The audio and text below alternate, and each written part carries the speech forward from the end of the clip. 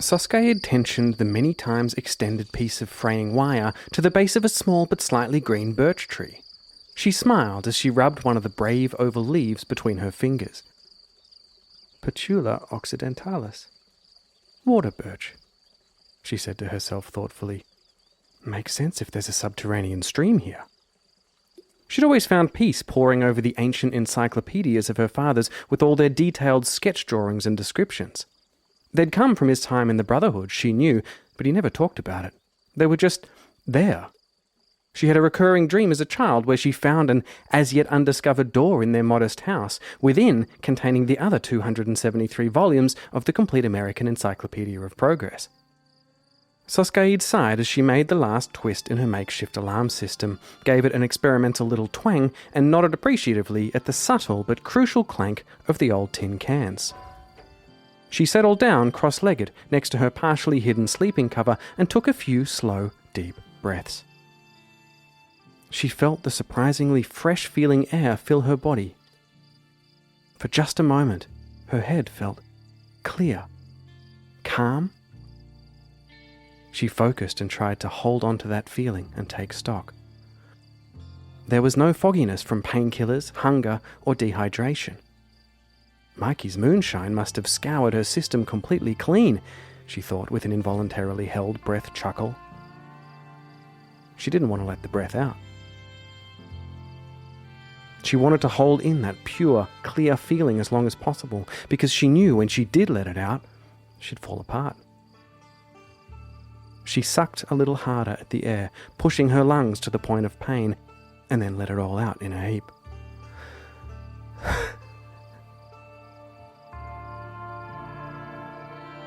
Her body shook as she struggled to get any of the air to come back in, but it wouldn't.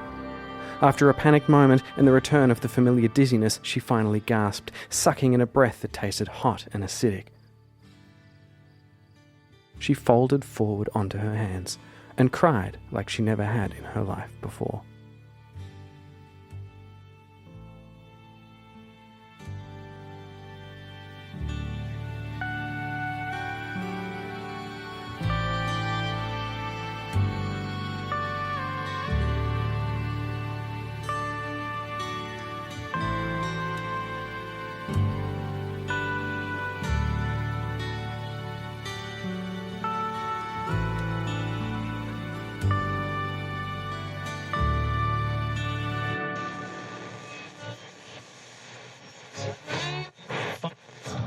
Long ago and far away, I dreamed a dream one day, and now that dream is rich, rich, mild, mild, Camel cigarette. Taste so rich and smoke so mild, Camel cigarette. Hello and welcome back to A Wasteland Story. After discovering firsthand what it really means to have a hangover, and I mean really means to have a hangover, SosKaid met another pre-NCR ally in the fight against the dreaded FEV by the name of Dr. Shannon Arlo. Arlo, who'd been investigating the cause and effect of the strange madness epidemic slowly taking over Keshar, discovered that the potential source of the sickness led to a point out in the forest somewhere. Faced with the difficult choice of who to support, SosKaid's ponderings were interrupted by the triage of a few new locals in the medical centre who seemed to be affected by a bit of that crazy old red-eye madness themselves, including Salt of the Earth leader and instigator of this whole damn investigation in the first place, Mayor Jesse Pettigrew, who has just turned a gun on our heroine and spake the creepy words, "I don't know." How will SosKaid get out of this one? Will she manage to prevent her brand new contact from getting killed without herself murdering the beloved mayor of this town? And where is Dogmeat anyway? All this and more will be revealed on today's episode as we continue to play and write this twisting and turning analog procedurally generated game story audio drama thingamy-bob into what definitely is a Wasteland Story. Ah, there he is.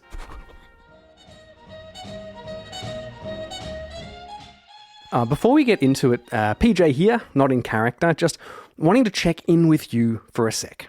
We have fun, don't we?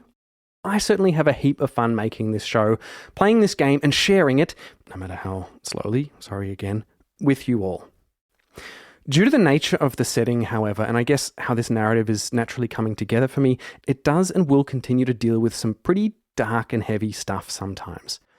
Feelings of hopelessness, being trapped, in danger, addiction, that kind of thing are all to varying degrees universal, and therefore I do think belong in stories like this. I really pour my heart and myself into this stuff, and I think it is important to be able to write about that. However, those kinds of feelings, although universal, they shouldn't take over. And if you find that this story brings up any of those feelings for you and you think you might need help, websites like findahelpline.com are there to help you get in touch with that help, wherever you are.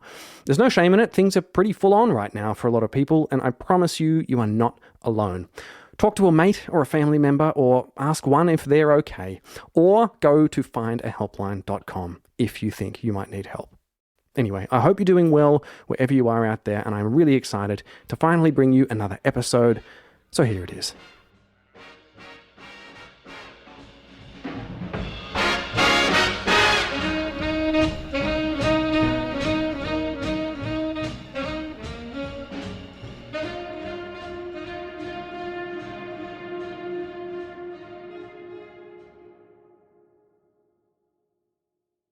SosKaid thought back on the bizarre events of the night before. Her long conversation with Dr. Arlo, Professor Shannon Arlo, she mentally corrected herself, and the flurry of shocking violence that had followed. She hadn't had the time to process all the information then, but now, with the familiar trudge in front of her in the quiet of the wastes, she let her mind tick over to the rhythmic crunch of her boots on dead ground.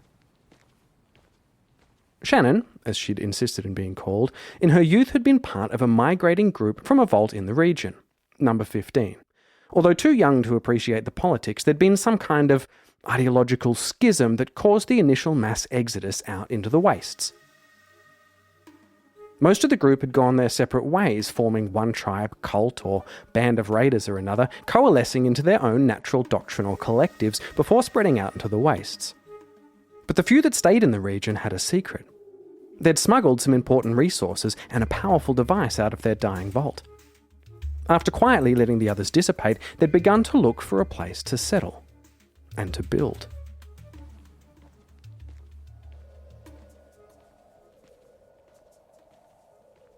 SosKaid, deep in thought, reached absently over her shoulder and felt the stitching of the now less than yellow 8 on her mother's vault suit as she walked.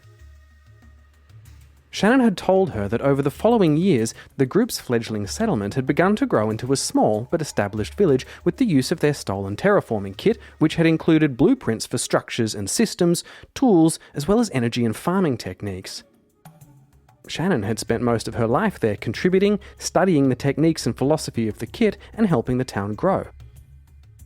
Eventually, as the settlement had become stronger and pushed its roots deeper into the wastes, they had begun to send representatives far out with the aim of expanding their network and, more importantly, securing a solid fresh water source, since the initial boost from the terraforming device's startup began to run dry. They now had something to trade. Knowledge. And Shannon was, as far as anyone knew, now the most knowledgeable and informed individual on the secrets of rebuilding civilization in the cruel and inhospitable New West. Thus her arrival in Keshar. Working in tandem with the young Mayor Jesse and the local pre-war community, she had established a solid trade network and foundation with the water-producing town in exchange for that knowledge and support building the newer town's self-sufficient capabilities. Her group called themselves the New Westerners, or sometimes Californians, a word which SosKaid recognised from her map, and over the last few years they'd established smaller links and ties with representatives in a few other key areas, including none other than the once famous, and one of SosKaid's liberators, Saya North, in the now occupied, as she called it, Newark. SosKaid stopped for a moment to check her direction. The now presumably multicoloured bruise on her thigh grabbed at her as she stepped up over a rock in her path when unexpectedly a flash of last night's scene came rushing to the surface of her consciousness, as if held directly in front of her face. So Jesse is there and clearly out of it. SosKaid recalled the instant chill in her stomach when she'd looked into the mayor's eyes and seen the vacant red stare of Joseph looking back at her from her nightmares. And she's going to attack. She had felt her hand instinctively flinch as her survival instinct registered she was in danger from the pistol pointed at her chest. Let's see if SosKaid gets the jump on her. Her stomach had suddenly turned numb, and she felt her neck flush with adrenaline as her body got ready for what her frozen mind refused to comprehend. Difficulty 2 at 11. Oh! We get an 18 and a 20. This is bad. But all she could see was those red, dead eyes coming at her from out of the dark of her fears. It wasn't until the sound of pistol fire had rang out in the space that she'd snapped out of it. SosKaid is completely blindsided. She hits SosKaid in the leg, doing 2 damage.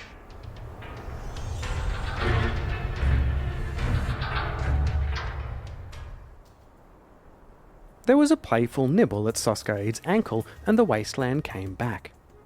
She found herself one leg stepped up on a rock with her fingernails painfully dug into the deep scar on her thigh's leather guard.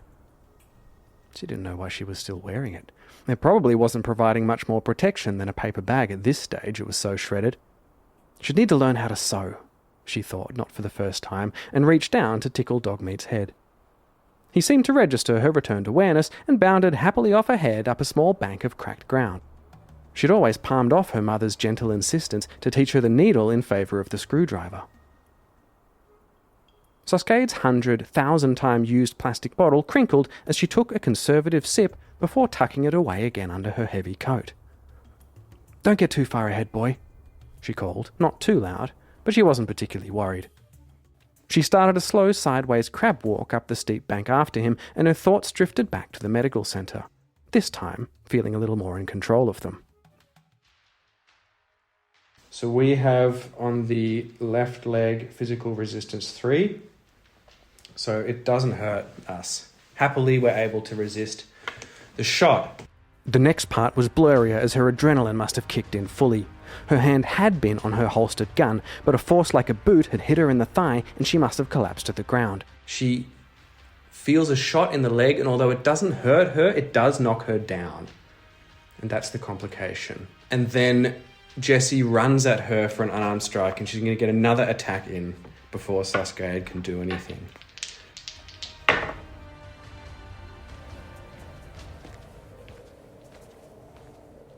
SosKaid's steps slowed as she replayed the scene in her mind, not wanting to miss any details.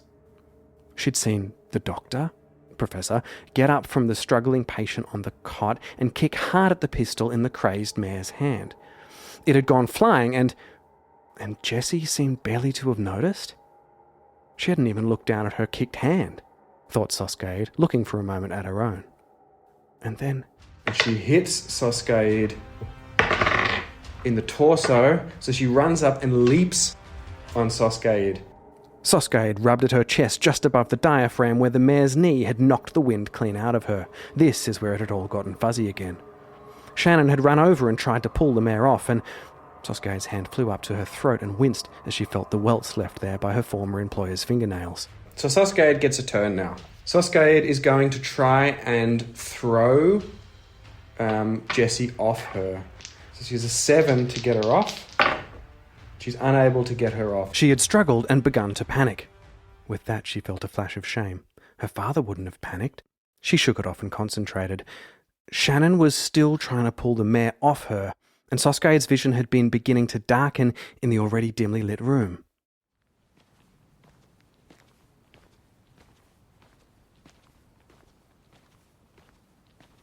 The sunlight suddenly returned to SosKaid's face as she broached the top of the steep bank and stopped. The room had been quite dark. That was important, she thought as she stopped for a moment, feeling the anemic but pleasant warmth on her face. The barn had been dark too. She gasped internally as her mind went back to the scene. She couldn't breathe. She couldn't breathe. And then... do they appear to be aware of each other? Somehow? I mean, I think it's unlikely because I think it's very unlikely, but let's see. Is there something in this virus that somehow registers other infected people as allies? I think it's very unlikely. Let's see. So do they appear to be working together? Yeah. They do. In a last-ditch effort, she'd tried to get her legs up into the chest of her attacker, but they'd been grabbed and pulled out of the way. She'd struggled to crane her neck up and see what was happening, for any opportunity to do something before the last of her strength left her and those dead eyes came for her. She saw them again, vividly boring into hers behind the choking hands. The same eyes reflected in the now free patient holding down her legs. So that's interesting. There's something going on with this virus. Maybe it's like the smell or something. There's something that makes them not hostile to each other. And then she'd seen the fear and uncertainty in the eyes of Professor Arlo. SosKaid squeezed her eyes shut, tried to control her breathing, and focused on the scene. She was crouched, 5 meters away. There was a track of blood making its way down her cheek from a cut in her forehead. She looked like she was about to make a decision. SosKaid saw her gaze flick towards the door. No, SosKaid had mouthed, as she did again now. It must have been just a murmur, as the blackness had begun to take hold and... "Help me," SosKaid mouthed, her lips making a soft sound as she did. "Get off, boy!" She pushed Dogmeat off the low flat rock she was sitting on and put him in a gentle headlock. He gleefully pulled his head out of the hole she made with her arm and danced around on the spot for a minute before suddenly sitting and beginning to polish a little triangle in the dirt with his tail, apparently waiting to see what would happen next. "Go find something to eat. Go on, get," she said with a wave of her hand. Dogmeat looked at the hand. "Go on, boy, go." He tilted his head at her and then made a split decision of certainty and bounded off along the cracked ground, legs collecting under him as he got them sorted out, put his nose to the ground and zigzagged around off another gentle slope and out of sight. Whether or not he'd understood the instruction or just gotten bored, SosKaid didn't know. She stared off into the distance and slowly stood, letting her feet follow the vague direction of her companion. Her breathing had calmed. Her feet started crunching more rhythmically again, and she brought a finger to her lip, feeling the texture that was starting to crack a little. "Help me," she mouthed again. And the suffocating room of her thoughts came back, and she saw the decision in the eyes of the professor. Will she charge? Yes. Difficulty 2. Oh, that'd be a 2 and a 7 with a target number of 10. And we get another random event. Holy shit. Just as blackness crashed in on her, SosKaid heard the echo of a shout from far away, and a second later the weight in her legs had suddenly disappeared, but the impossibly strong grip of the mare's hands around her throat hadn't budged. She was dead. She knew it, and then...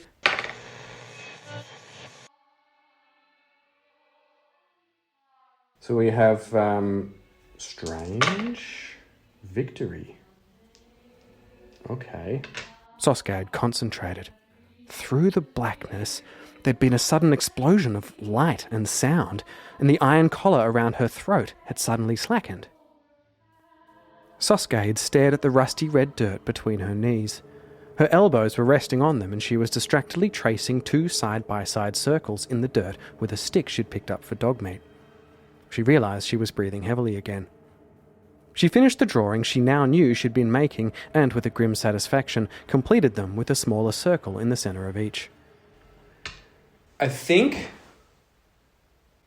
the strange victory is all of a sudden both of them just stop.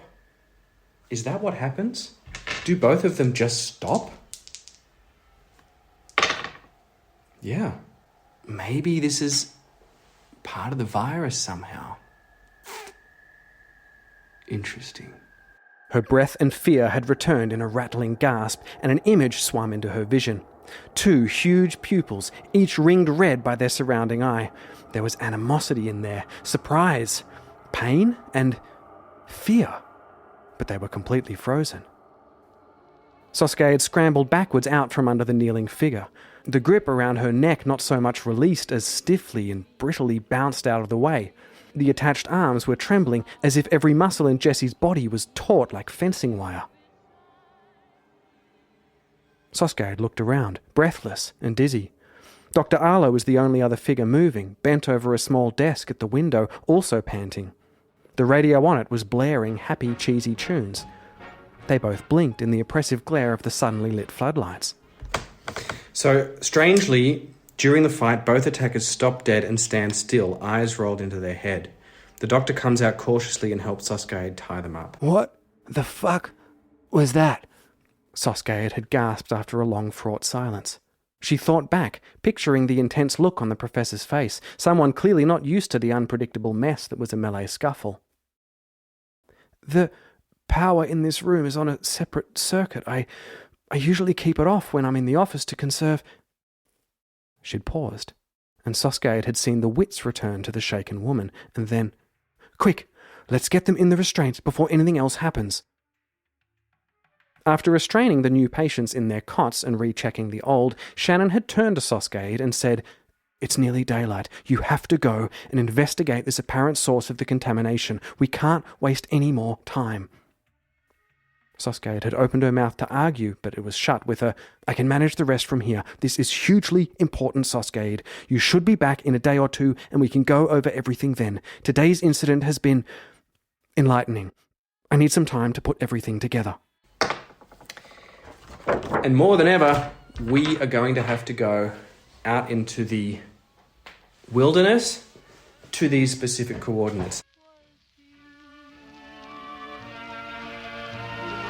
Long ago and far away, I dreamed a dream one day, and now that dream is here beside me. Long the skies were overcast,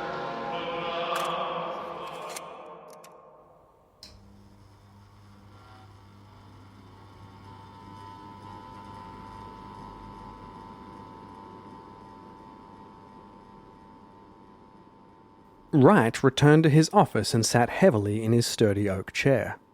He closed his eyes, took a deep, steady breath in through his nose. Control, clarity, calm. He filled his outward breath with these well-worn words as he completely and intentionally emptied his lungs. Clarity, calm, control. The little bobble-headed figure on his desk jumped suddenly and wildly agreed. Wright rubbed the bottom of his still fist-formed hand. "The jumped-up barbarian," he growled to himself, starting to breathe heavily again, working his teeth together in his clenched jaw. A tentative knock intruded the tense space. He took another deep breath and ran his left hand through his greasy black hair, tucking the rage-disturbed strands back behind his ear. "Come in, Fenwick," he said calmly, quickly tucking the bobblehead back into the top drawer of his desk. The door creaked open cautiously. "Yes, sir," came the stuttering voice of a small-framed ghoul. "Please, sir, there's been news." Wright raised an eyebrow. "Oh?"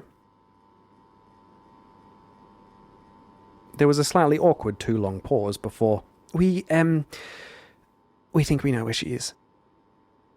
Wright tried not to make his sigh of relief all too obvious. "Well," he said, "that is welcome news."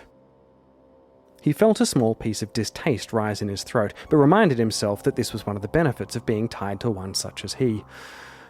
"Call him back," said Wright after a minute.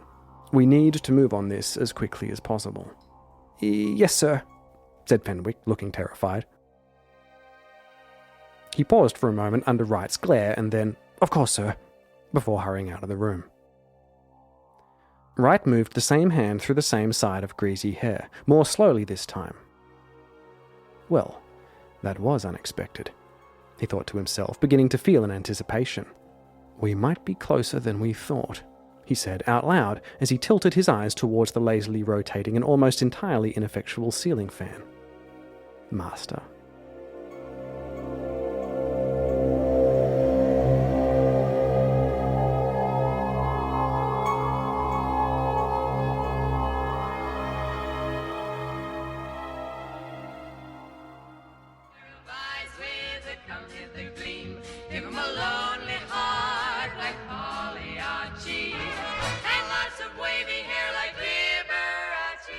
And we are back. It's been a little while between sessions. A bit of a peek behind the curtain here. This is now, I'm 15 recordings in. I don't know how many episodes that's going to be. But I've been busy now finishing up the first episode, doing all the audio. And man, has it been so much fun. It's taken a hell of a lot of time, but it's really, really fun. I'm really enjoying it. I'd point to the book, one of the books that got me going on this, which was called Solo Game Master's Guide by Geek Gamers. And one of the things that really stood out to me there is the author said, it's really important to understand or to appreciate that it's all play. And if you feel like just actually rolling the dice is the play and all the other stuff that comes with it, whether that's making up tables for weather, like I did for this, going out and finding a map and drawing all over it, once you realize that that's all part of the play, and in my case, writing the story and doing the audio is all part of the play as well, it's so much more satisfying. And you can sort of allow yourself to have fun with those other things and not feel like they're taking you away from the game, because they are part of the game. So it's been a little while. I've been working on that first episode, which is, God knows, it might be a year ago now, by the time this is coming out. At the time of writing this sentence, it is exactly 23 months and 2 days since the first episode of A Wasteland Story aired. Ha! And past PJ thought he was being conservative, saying a year. Little did he know. Little did he know. The story, I feel like, is getting to the last act. At least this part of the story I do intend to go on. I've got other adventures planned for SosKaid up in the north. I want to go back down south to some of the locations from Fallout 1 and 2. And I want to use some of those other materials that have since come out. There's the Winter of Adam source book, which I think I'm going to run that or partially run that up in the north as another adventure. Hell, maybe even with other characters, I'm not sure. That might be an interesting idea. And in the tried and tested literary form of the 3-act structure, we find ourselves facing the end of the act of number 2, whose humble job is to raise the stakes, cry false victory or defeat, and force the so far participation-only award-winning protagonist into the unwilling role of an active force. As plot, play, and accidental narrative structure converge, we need to start answering some of the big questions, lest we be strangled by those increasingly dangerous and dangling threads. But anyway, we need to find out what's going to happen. The plot is getting thicker. Why did she feel so connected to all of this? She thought, frustrated that this sort of information seemed only to lead to more questions. She shaded her eyes with her hand and scanned the lightly hilly terrain for any sign of her companion. The wind was starting to pick up and she felt an unsettling feeling begin to creep up on her. And since the last session, I just jotted down a few notes.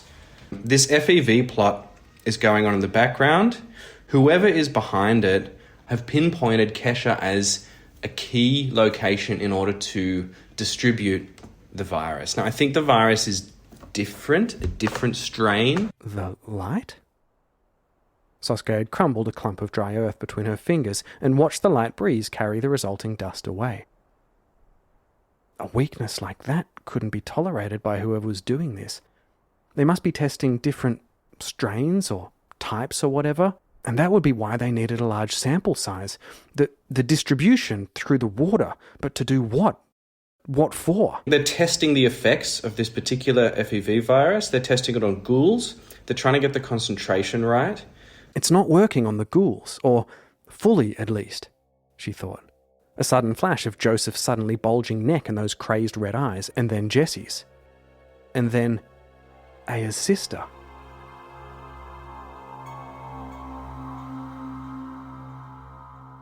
SosKaid froze in shock, staring at the patterned shape in the dried mud. It's the super mutants. The sudden realization hit her like a door. How could she have been so stupid? Of course it's the super mutants. Everyone had been dancing around the subject of what this FEV actually did, and now she saw it. All those little glances, eyes shifting away from hers when the topic came up. That's the big secret that the Brotherhood and these new Californians have been keeping. Her throat caught. Her father too? They'd been rare around the village, but she had seen a few corpses, and he had always changed the subject when she asked where they came from. She'd always assumed it was just radiation mutation from the Great War. But maybe... Her vision blurred slightly, and she wiped her eye angrily with the back of a dusty hand. She couldn't believe she was so stupid. And what were they trying to achieve with it now? I'm thinking it could be some kind of a remote activation? This was too big for her. She had nothing to do with it. All she needed to do was get away from Keshar and Newark. What did she care if they all got twisted into those things? Shannon had said she'd been preparing to head back to her settlement just when this sickness had started showing up, and so had delayed her plans. Maybe she could go back with her, thought SosKaid. She could settle and help Shannon with her research. Fuck Vancouver, fuck the Brotherhood. Something loosened in her chest and fluttered slightly as she pictured Hawthorne's face, and then, "You must find your uncle in the north. He's the only one that knows." Some kind of radio-triggered element to the FEV virus that can, like, once people ingest it and it gets into their system, maybe they can trigger it.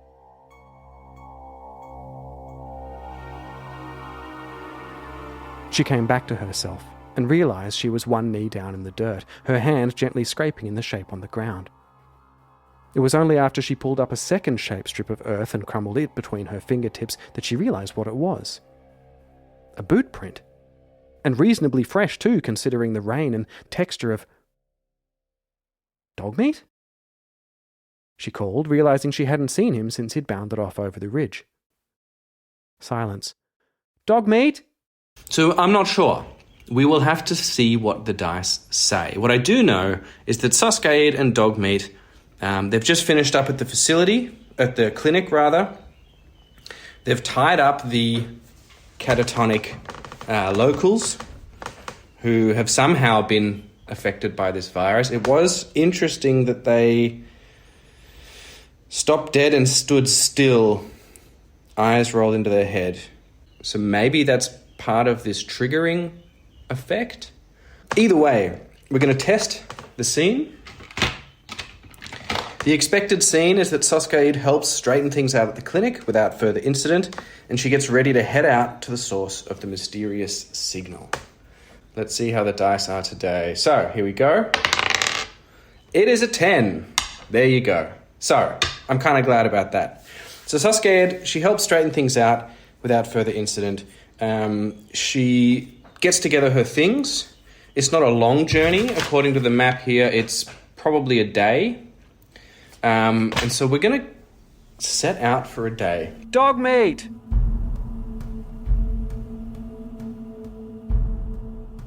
Called SosKaid out into the suddenly unsettling silence. The small breeze that had been picking up again rattled bits of grit against some piece of rusted tin or another, and then, in the slight rattling, she heard the unmistakable sound of a gentle but high-pitched and wavering whine. Dog meat? Almost unconsciously, SosKaid's trudging footsteps began to hasten into a dead run.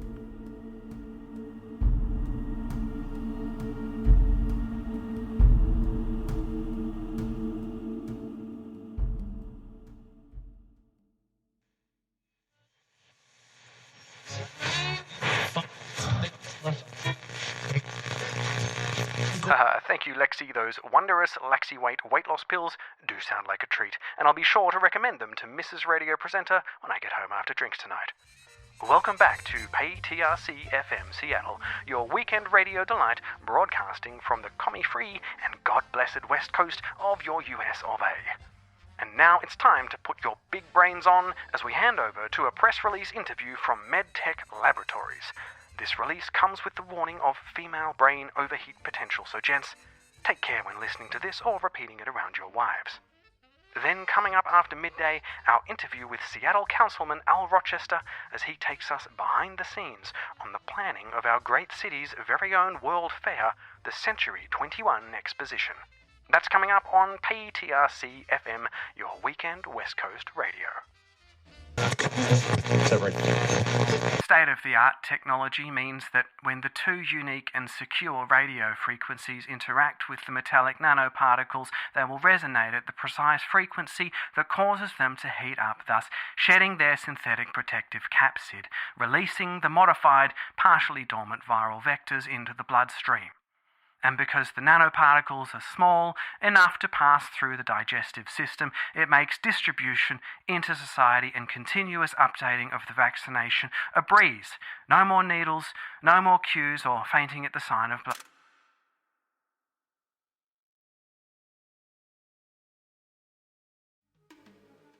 Let's see if we come across anything. Yes, we do. SosKaid reached the top of the small hill where she'd last seen Dogmeat. She slowed and caught her breath, hand raised to shield her eyes from the recently uncovered sun, and quickly scanned for danger. In the distance she could see the edge of a skeletal forest that she hoped was the Willamette National Park. Other than that, the wasteland stretched off into nothing, consumed by its sun-baked self until it blurred off into the radioactive haze that was the distance. She focused closer to her, eyes adjusting to the foreground as she did. There, a little way down, by the ancient scar of a stream, sat Dogmeat. She sighed in relief, seeing he looked okay. "Dogmeat!" she called again. He turned his head briefly and acknowledged her with a lick of his nose before immediately returning his stare to the ground in front of him. There was something there. First thing we do is we roll to see what sort of encounter. So it is an ordinary encounter. And it is a dead wastelander. SosKaid fell back into the rhythm of the trudge, Dogmeat staying close by her side as the sun slowly collapsed over her left shoulder. She raised the back of a hand to her face, succeeding only in rubbing more dust into the muddy streaks that were there.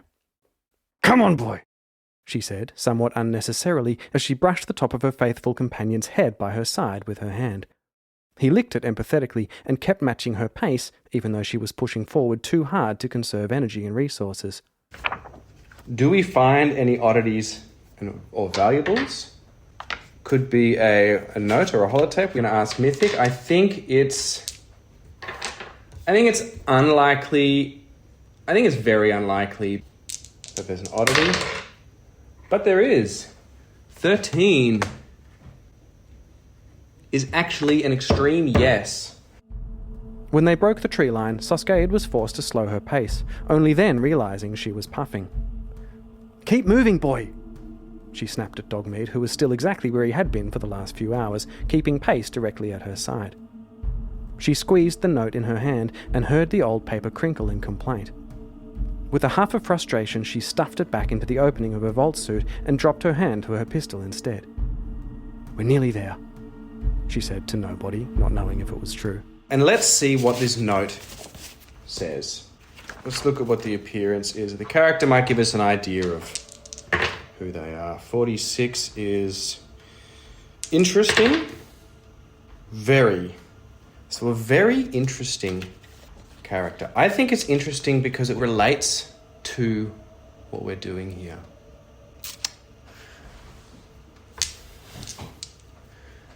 Do we know this person? Do we recognize this person? SosKaid ineffectually wiped her face again, at a loss of how to feel. Was she cursed? Destined to be alone? Everyone she got remotely close to just died, or left her. She was like a disease. Juliet, her one friend when she was a kid back in the village, torn apart by those dogs when they'd snuck out to practice shooting. It had been SosKaid's idea. Aya, Marcus, Ramirez, dead. Hawthorne, gone, probably dead. Her mother dead to some kind of illness. Her father, dead? She slowed and leant against the rough bark of an ancient tree. When had she accepted that? His last words to her had been to hide out in the old silo over the hill, and that if he didn't come for her in 24 hours, it was because he was dead and she had to move on north. But she had assumed she was still secretly holding on to some kind of hope. And now? I think it's very unlikely. Do we recognize this person? 7. Extreme, yes. Why did she even bother? The thought popped in her mind like a putrid bubble rising in a cesspool. She listened to the rhythmic cracking of the twigs and other dead things under her feet. What was the point? It'd be easy. Actually, really easy. Maybe the easiest thing she can think of compared to what the last few months have been like. Find a nice rock somewhere. Close her eyes. At that, she felt, or at least imagined she felt, the edge of the note poking gently into her chest. Right over her heart, she thought, with an oddly warm kind of sinking feeling. "Get a grip," she said to herself through gritted teeth, pulled out her map and began tracing a line with her finger, comparing it to the flashing icon on her Pip-Boy. It must be just around here. So yes, we really recognize this person. Let's roll on the character list. What would he say to her if he was here right now? She thought. What would he chuckle as he dropped his rough hand companionably on her shoulder? Something only slightly smart-assed that ended with the offer of a drink, no doubt, she thought with the hint of a smile. It didn't last, though. She was suddenly very aware of the metal flask on her hip. It is Mikey.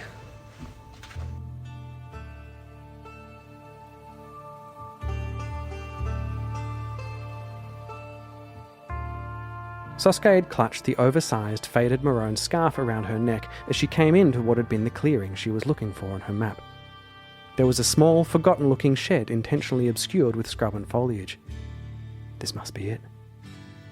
The sun was barely pushing its feeble light through the smog now, so she quickly got to work scouting the area and preparing a safe space to camp. Let's see why he went out alone. Change. Okay, so I think Mikey was starting to feel not so great. And I think he headed out there. And I think he died. He was killed by the virus now as a ghoul. Oh man, I liked Mikey.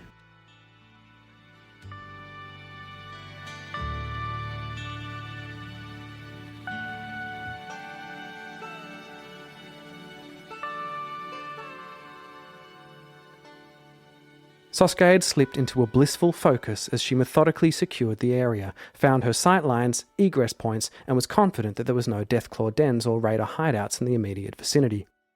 Reasonably confident, she gave herself permission to think again. She felt the weight of Mikey's hip flask on her thigh, but ignored it. Time to collect whatever bits and pieces are around and set up a secure site, she said to Dogmeat, whom she realised hadn't left her side this whole time. He licked her hand. Off you go, boy, she said, suddenly overwhelmingly grateful to have him. See what you can find. We'll dig in and get some sleep, and in the morning we'll see if we can dig out this device or whatever it is. Dogmeat barked in approval, seeming happy as he bounded off to stick his nose down some mole rat hole or another. SosKaid started picking up the bits of wire and scrub that had been used to conceal the small structure and began her search for a suitably concealed spot. A chill was beginning to set into the air, and she pulled the heavy scarf more tightly around her neck. It smelt of gun oil and alcohol. Okay. Well, that's very sad. I liked Mikey. But SosKaid, there's nothing she can do for him. I think she does do her best to make a shallow grave and putting some bits of junk around to sort of mark the grave.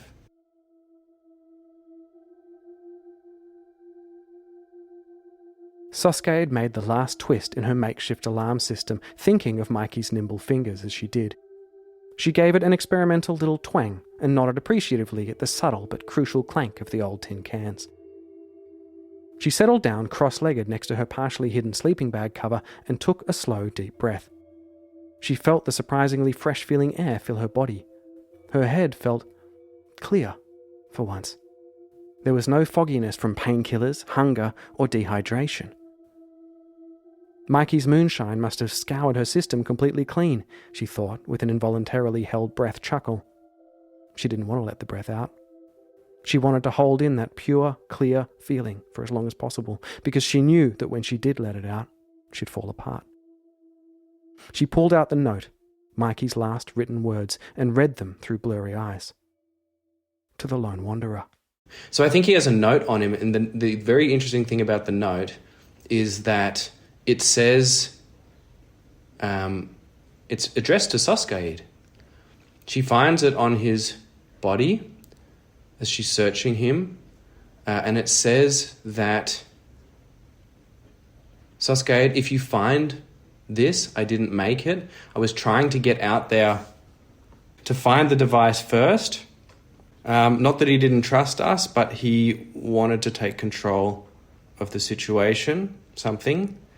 And he says, if you find this and I didn't make it, then I want you to take my shop. You don't have to run it, you don't have to stay there forever, but it's yours to do with it as you wish. And I think that's probably going to be her home base, or at least a workshop for a while. Interesting.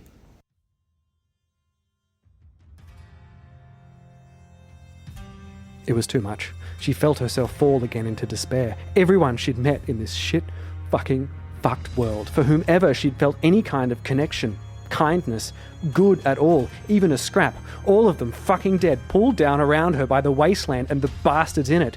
But there was some goodness too, wasn't there? There must have been. Mikey had been proof of that. Aya, Hawthorne, the boy who'd sacrificed himself for her.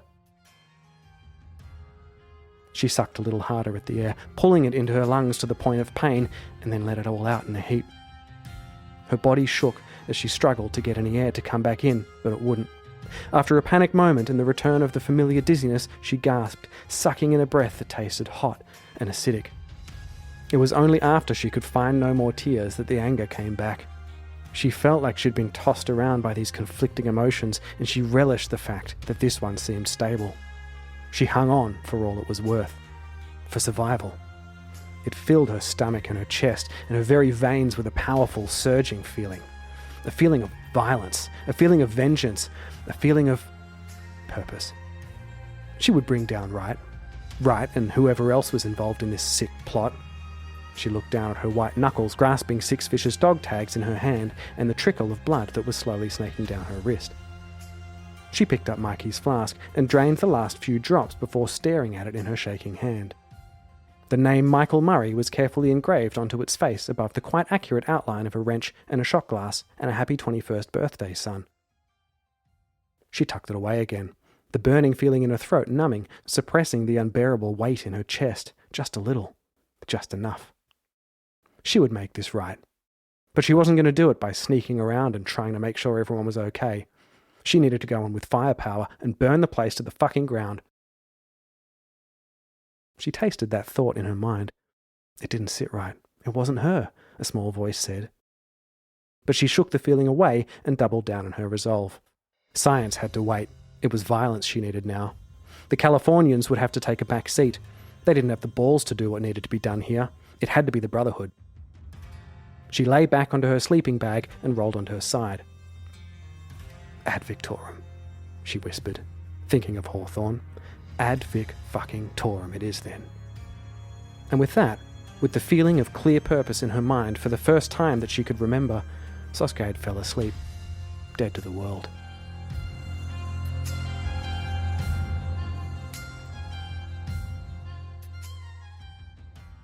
To the fucking ground. Thank you for joining me again on A Wasteland Story. I truly appreciate your patience as we get to the sticky end of this stick in this season of the show. I know it's slow, but it's okay, I keep telling myself. Sometimes things just need to take their own time to become what they were meant to be.